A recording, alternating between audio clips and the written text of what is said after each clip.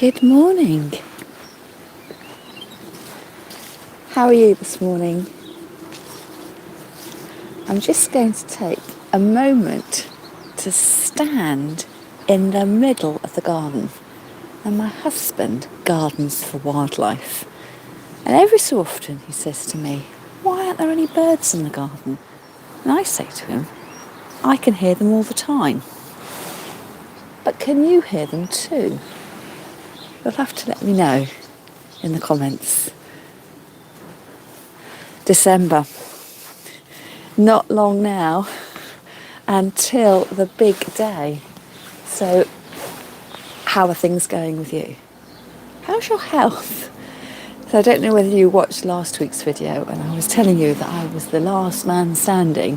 Well, not 12 hours later, I was struck by the lurgy, which knocked me out for a good 3 or 4 days. So I'm just getting back into the swing of things. So my live door wreath class, which I'm supposed to be teaching last Wednesday when I was really ill, has now been rescheduled for this morning. So those of you who are seeing Canterbury, I shall say hello to you later on. Thank you, Jane. I am feeling much better, although I will say I have taken a migraine tablet this morning. I just a little bit of fuzziness going on in one eye, which isn't a good look, is it, if you cancel a class because you're ill with a lurgy and then aren't on tip-top condition next time you've rescheduled. So for today's task, I thought it was just nice just to be out in the garden. And in fact, what I'm going to use today to create my woven door wreath, I've actually collected this weeping willow. And I did notice that the council had been down by the local path next to our stream, and they'd cut all the weeping willows. Cut them down. They hadn't cut them down. They had trimmed them up so that the hanging branches weren't touching the floor. They were sort of cut at a level. And there was one willow tree left, which either they thought didn't need trimming or they'd left it for another day. So I thought what I will do is I will trim some of the weeping willow.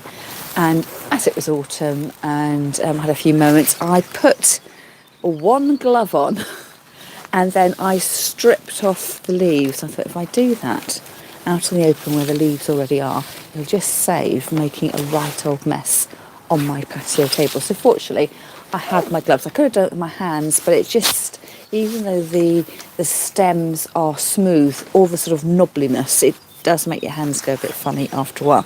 So my task for the day, do you remember, Joan, that we made the Grinch Christmas tree? And actually, while I was feeling unwell, I was watching some videos on Amazon Prime, and I found the video of Grinch Who Stole Christmas. I don't think it's my genre of video, really, an animation.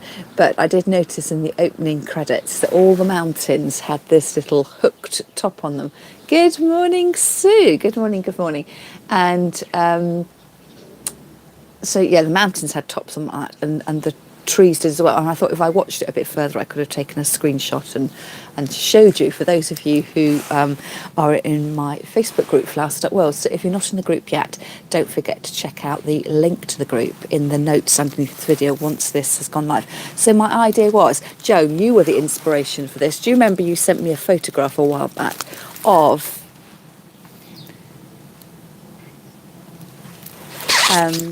a little wreath like this that had a Christmas gnome in it, and you asked me whether I knew how to make it. And I think first of all you told me about it, and then I didn't quite know what you had in mind when you said it was a gnome wreath. But then you sent me a picture, and that's more what it was. But if you wanted to convert your Grinch Christmas tree into a gnome, I think possibly, like everything, you would just need to sculpt it a bit more. So it may be that you might want to have, whereas my tree was sort of tall and thin, you may want to make it so it's slightly wider at the bottom to sort of encompass. It's like a gonk, isn't it? Getting a bit of width to it. So Joan, you're saying it's getting colder now, and Sue is saying there's no snow. We went running last night, and I have been going on the 5 to 10k training course. So last Monday, the last day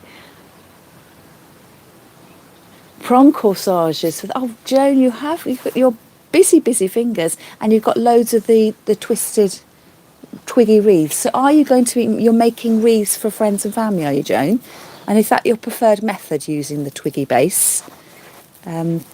It's great if you can get the materials, isn't it, for free? It's just the time that puts into it. So talking about snow, there was a shout that went out, oh, look, that car's got snow in it. And it turned out, I think it was condensation. But we have really, I can't use the words fun and running in the same way. But I went on the 5K run last night because my breathing's still not very good. And really enjoyed seeing all the Christmas lights.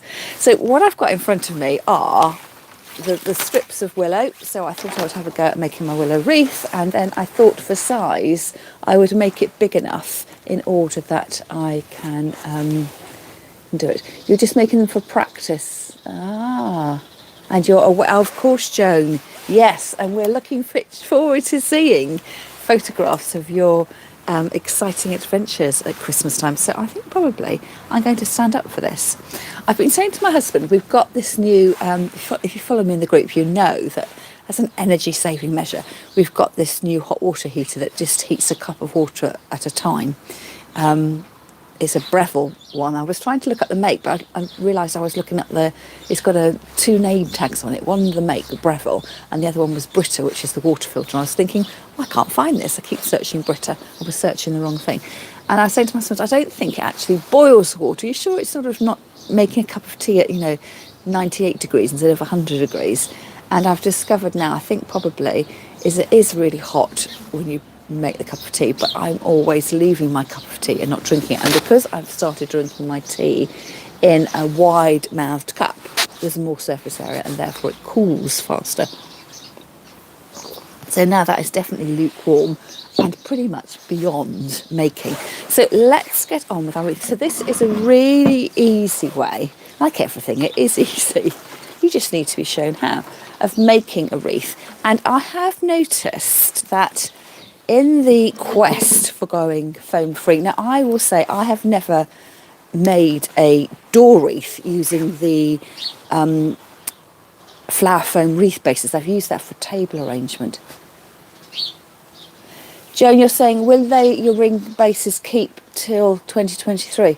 They will, but I'm not guaranteeing it'll be Christmas 2023. What happens with them over time is that when you first make them and they look really full and lush and they feel firm, but when they really, really dry out, or they shrink a little bit, and therefore your firm binding becomes a tiny bit loose. And also, as everything dries out, the twigs become more brittle. So if you were making your wreath if you knew you were making all your wreath forms early to use at a time, I would say you need to make them as tight as you possibly can and as chunky as you possibly can, because if you decide to bind foliage, greenery on it afterwards, you may find if you've left them to dry out that they have shrunk and also they become more brittle, so they're going to be prone to damage.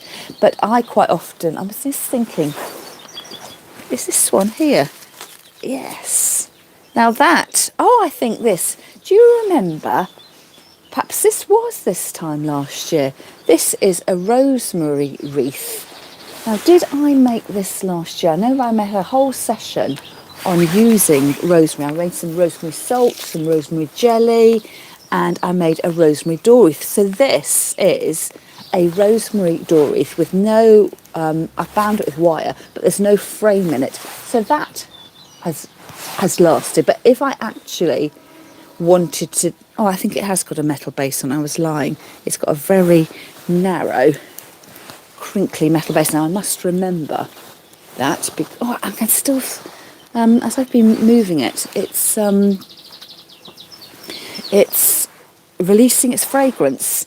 So it's still there, but it just becomes a little bit more prone. For Easter time, yes, I don't see why not. And of course the lovely colours though will change. So with this willow that I've got, it's falling all over the place now, it's quite a bright sort of limey green, and if you're using dogwood you've got the nice bright colours. Oh, rosemary salt was lovely on roast breast. I will say that I think I must have made two lots. Remember, I was grinding it down because my recipe said to grind it down. I bought a very expensive sea salt and then grounded it down, so it was just like powdered salt. I haven't really used it. I'm thinking if it's icy this year, I may just be very middle class and ice my drive using rosemary salt. But I did find some smaller ones where I had not ground the salt and I just used the rock salt, the more expensive salt. And I was going to make up hampers, and because I put them in such small jars, they kind of got lost on my shelf. But I've just rediscovered them because I've made some jam over the weekend. So I'm going to go and see one of my sisters tomorrow, and I may well take her a pot of jam and then get rid of the rosemary salt that I made last year and pass it on to her because she does enjoy cooking. We don't use, I don't use a lot of salt in cooking, and I don't really salt things afterwards. So it was the craft I enjoyed doing it, but I haven't sort of culinarily used it. So yes, if you're going to save your well, in the end, that's what I ended up, Soupy. I bought this very expensive salt, and the recipe said to grind it down, which ended up being table salt. It just looked nicer. It's like having expensive bath crystals. Perhaps I should put them in the bath. I will say the one, if I can find them, I'll take a photograph and put them in the group. So the one I did with ended up looking the fine grain salt was all well and good, but it just looked really nice having the chunkier salt grains in the glass jar. But yes, going back to your Easter wreaths, if you want to make them now, you don't need to make them now for Easter because by Easter, the new growth will just be starting on your twigs, so they'll still be nice and pliable. But if you make them too soon, the colour will fade a little bit. So that lovely, like if you're doing a dogwood, the red or the yellow or the green, it has a lovely vibrancy to it when it's fresh. And over time, that dulls off a little bit. So you just need to bear that in mind at all. And I think probably, Easter is another season on, but if you're particularly keen to get busy with your fingers, or you've got a supply of twigs you can use, you might as well do it. So I got quite long length. So how long's that? Over a metre. And what I'm going to do is just bundle in my hand, so it sounds like we've got experts watching. So make it into a sort of lasso, a nice round shape. And then I am going to measure up. Normally I just go by eye, but I'm thinking if I did want to put my little Christmas tree inside it, have a little, being a bit mindful about my size, I would say that it's really hard doing something like this. I'm going to put my hand in and weave like this. You can never be too precise about the size. So if we were making a traditional door wreath, like the rosemary one I showed you, that was on a 30 centimetre little hook. So actually, look at that. Perhaps I'm just designed to only ever make things that are 30 centimetres wide. I thought this one was going to be smaller. It's marginally smaller, but when I let go of it, it will ease, it'll spring out a little bit. So here, I'm holding it here, but I finished my last weave here. And what I tend to do is where the twigs ended, I slide in my next stick there.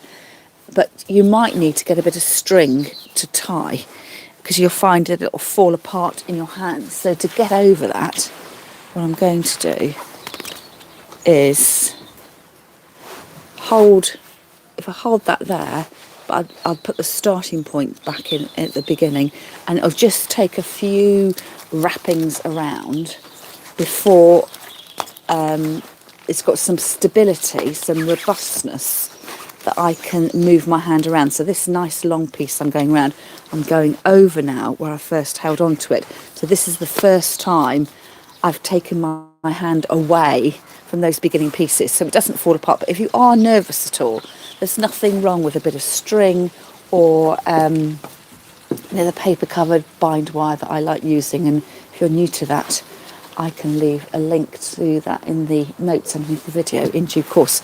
So is this number 3 I've put in? So once you've got to number 3, you may well find that you've got enough, you could put that down and pick it up again. It's not going to fall apart. So that was where that finished. And then I take the the woody stem end and bury that inside. And then because these stems are nice and flexible, I go in and out and round and round. And this is when you decide how chunky you want your wreath ring to be. So what I was, what I was saying originally was I've noticed that lots of florists are trying to go foam free with their construction and going metal free as well. Can you see this bit sticking up? I'll probably have to trim that out later. So they make the little bases, and then they would put moss on the top and then continue to make the wreath in the traditional way. I would say though, let me know what you think in the comments. How do you make a door wreath? So where did that pinged off there? Next bit in here. I would say that with the cool weather here in the UK at Christmas time, and the fact that for me personally I hang my door wreath on a north facing door, I haven't found any difference in the longevity of my door wreath, whether I use moss with its water retaining qualities to keep my plant material fresh, or whether I don't use moss. And in both cases I never spritz my wreath because I just don't get round to it. I shut my front door it's the kind of thing I think when I come home, I must spritz my door wreath, and then as soon as that front door's closed behind me, I totally forget that I said I was going to do it. And then you continue round. So you continue round. I've probably got, I'm not counting, 5 or 6 pieces on there at the moment.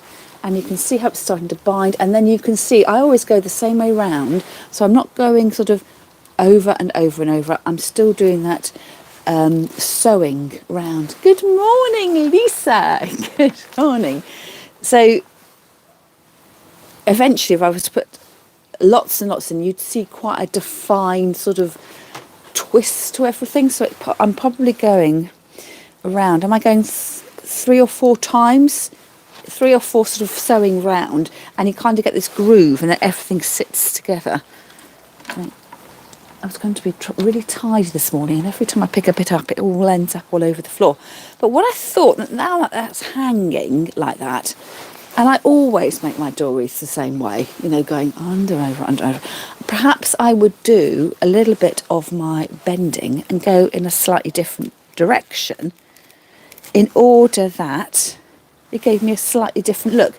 So this would be quite handy if I wanted to keep the wreath, perhaps the frame, exposed as a sort of element of workmanship. So I thought I would perhaps try and bend this round. So I would say that on my willow, the bits I've used are really skinny, but that bit I put in there, I would say is a choice size. It's probably 0.5 millimetre in diameter. So if you use really skinny bits, it's going to take ages to sort of bulk up. But I wondered whether, if I made a loop like that, almost like making a blanket stitch, and then went through like that, perhaps I could get a different sort of look. And do I like it? Not entirely sure. Let me see. I've got a little bit of a knot going. So you're saying you prefer not to use moss? It gets dry and falls out. Yeah, that's the other thing, because when it falls out, it doesn't fall out, does it, on the doormat? It's outside. It falls out inside. And I do find, because we always, well, pretty much most of the year, I do have a door wreath on my door.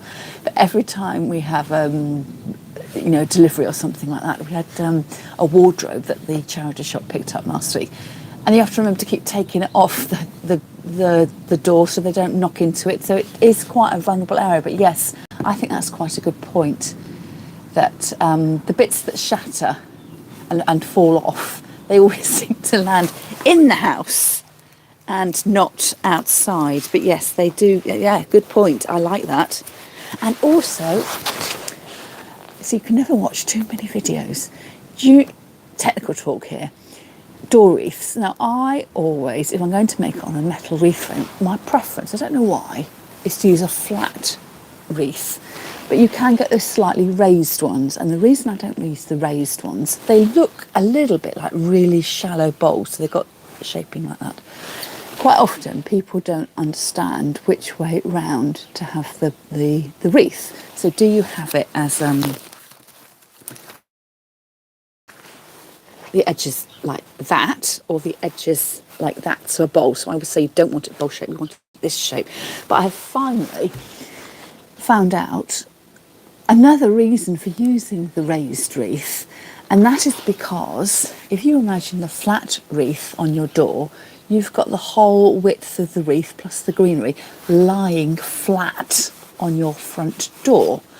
And depending on your local climatic conditions, that may cause damage, or sort of mildewy algae deposits on your front door. But if you use the shaped wreath, you've only got the rim of the wreath touching the door, because the rest of it, the second inner ring, this is quite complicated to describe, is standing proud of your front door. And I never realised that. But of course, if you're worried about the dampness, the moss and any mildew and everything in your door, you are supposedly, if you're making a door wreath properly, is to wrap the back of the wreath. And those of you who've been to formal training with a florist school may have done that before. Yes, Joan, I have made one on the raised wreath ring, and in fact I have still got some raised wreath rings up in the loft, which are quite a big one. So when I teach, I use a standard 30 centimetre wreath frame because it fits most people's front doors. But I have also got, I don't know what the next size up, this is when we go between imperial and metric. So if it's a 30 centimetre is 12 inch, I've got one that's probably a 14 or 16, which is raised. And I bought those because I was doing, what was I doing? Oh, I was doing a demonstration class. Do you follow the middle-sized gardener? I'll link her YouTube channel. Several years ago, Alexandra from the middle-sized blog kindly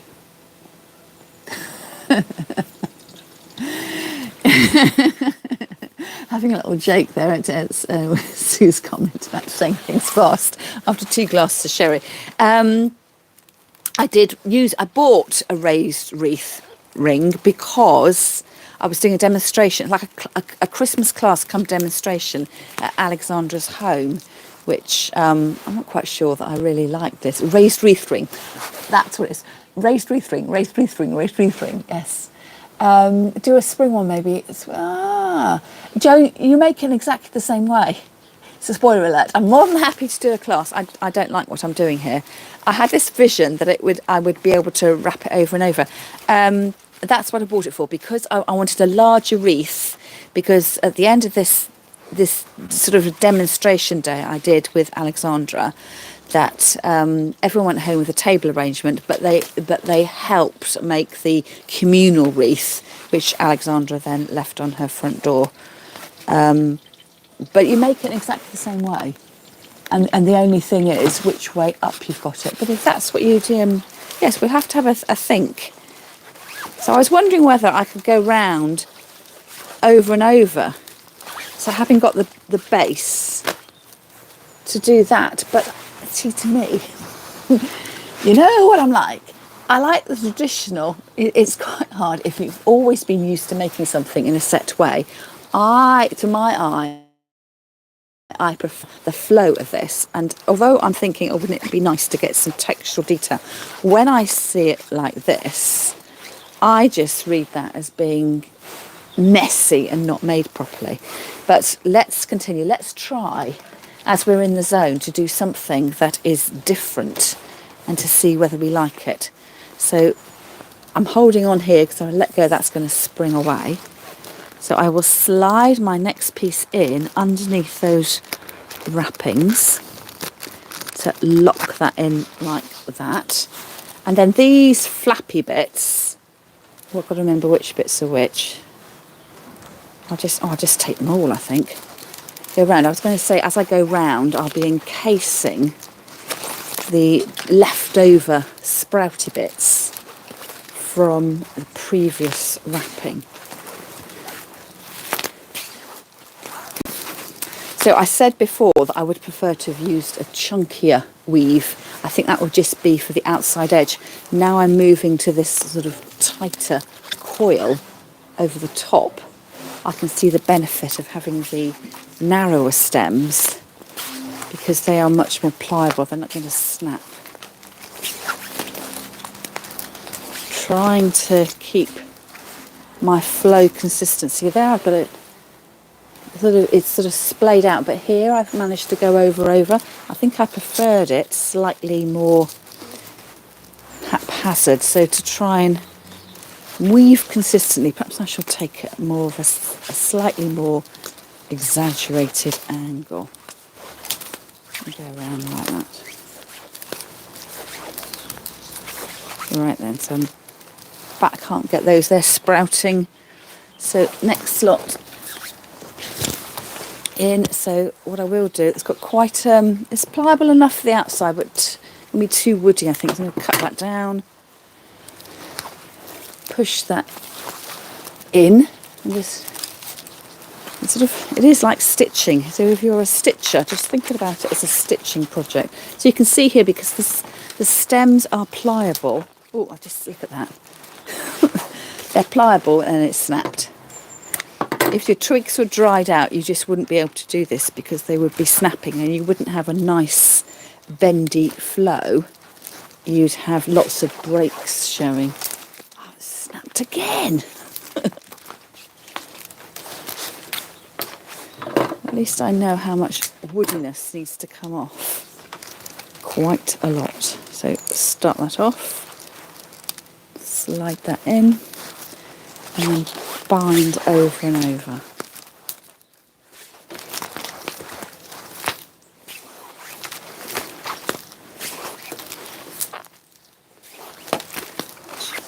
I just have a particularly dry one there. I've got two lots of splitting going on. I'm not going to undo it, but I will next time I add the next piece in, be a bit more generous with how much I cut off. I could just have had a duff twig. And what I'll do at the end, if I don't like where it's split, it may be that I hang it that way around and hide the splits, or depending on how much twiggage I've got left, that I could go over again and just go round and round. I've still got this little bit sticking out here. I think probably the time has come to cut that out. It's always going to go. So using my floristry scissors to do that. So, and if you haven't got floristry scissors, you might want to use secateurs. So I think I have gone all the way around with my overbinding to give me a contrasting texture. So what do you reckon? Would you have preferred it being kept? See, I'm old school. I'm thinking I just wish I had kept to my binding in the same way. I've got a little bit here that's pinged out. I'm not going to worry about that just yet. But I have got 4 or 5 more stems going. So I think I will continue to add these in. So if you're watching on replay, yes, it is nice to do things in a different way, because what it will make me do, Jen, is the next time I'm thinking, oh, wouldn't it be nice to do something different? I think probably I may well go back to the way that I've always made them. But I just wanted to see what it looks like. And it's one thing, isn't it, envisioning something in your mind's eye. And it's another actually looking out how it actually works out. It's because the plant material will always want to do what it wants to do. So I'm going to stick with it. I'm not going to do any too much trimming with my sticky out bits. I'm just going to see how it goes and save any trimming till later on. I will say that as I'm going over and over, because of course I'm physically trying to get my twigs to go round and round, they're doing quite a tight coil, and I'm getting more snappage than when I was letting it loosely bend in and out. So I was saying I think it was taking me 4 goes to sew in and out, whereas of course for this one it's a much tighter coil, and I can hear and see that some of my twigs have snapped. Do you soak them first or not? No, I didn't, Joan. They were freshly picked this morning. So the only reason you'd soak them would be if they'd started to dry out. So say, for instance, I'd picked these at the weekend. To tell you the truth, I picked them at the weekend, I still wouldn't have soaked them. But yes, you can buy willow, can't you? And you get it mail order, and the advice is to soak it, and you can use that at any time of the year. I don't soak it because this is really, really fresh. I've purposely picked pieces of willow that are quite skinny, and pliable. When I was sort of testing how far up the tree I was going to take my willow from, I stopped when it got to the woody bit. So I was, being selective in what I used. And if I've got to prepare something or soak it,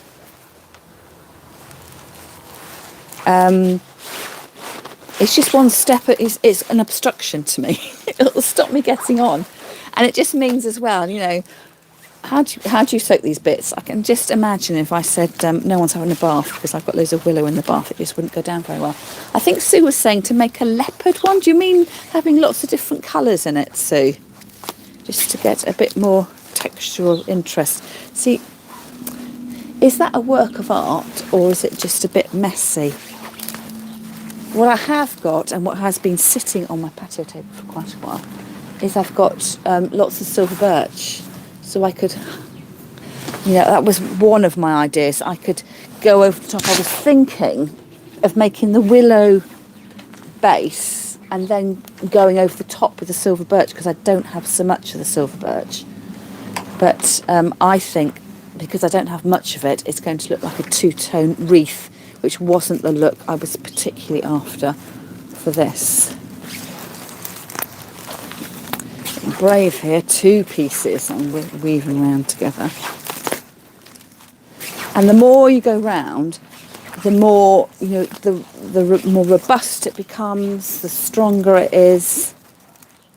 There's no problem about putting it down and picking it back up if I wanted to, go and cut some more willow. That's not going to happen either.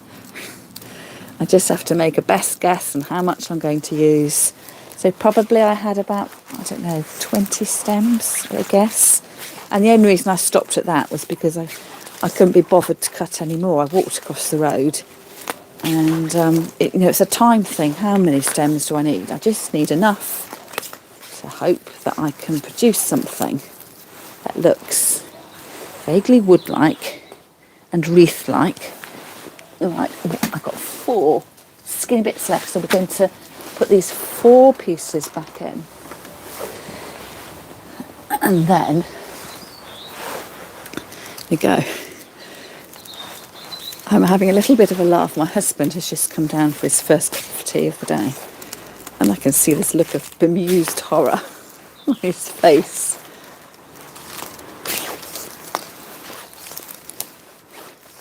So what do you reckon? Do you like the overwrapping, or do you prefer the smoother look to the wreath? If pushed, I think I prefer the smoother, because I just think it looks neater overall. But of course, when you buy a hot tea for me, yes.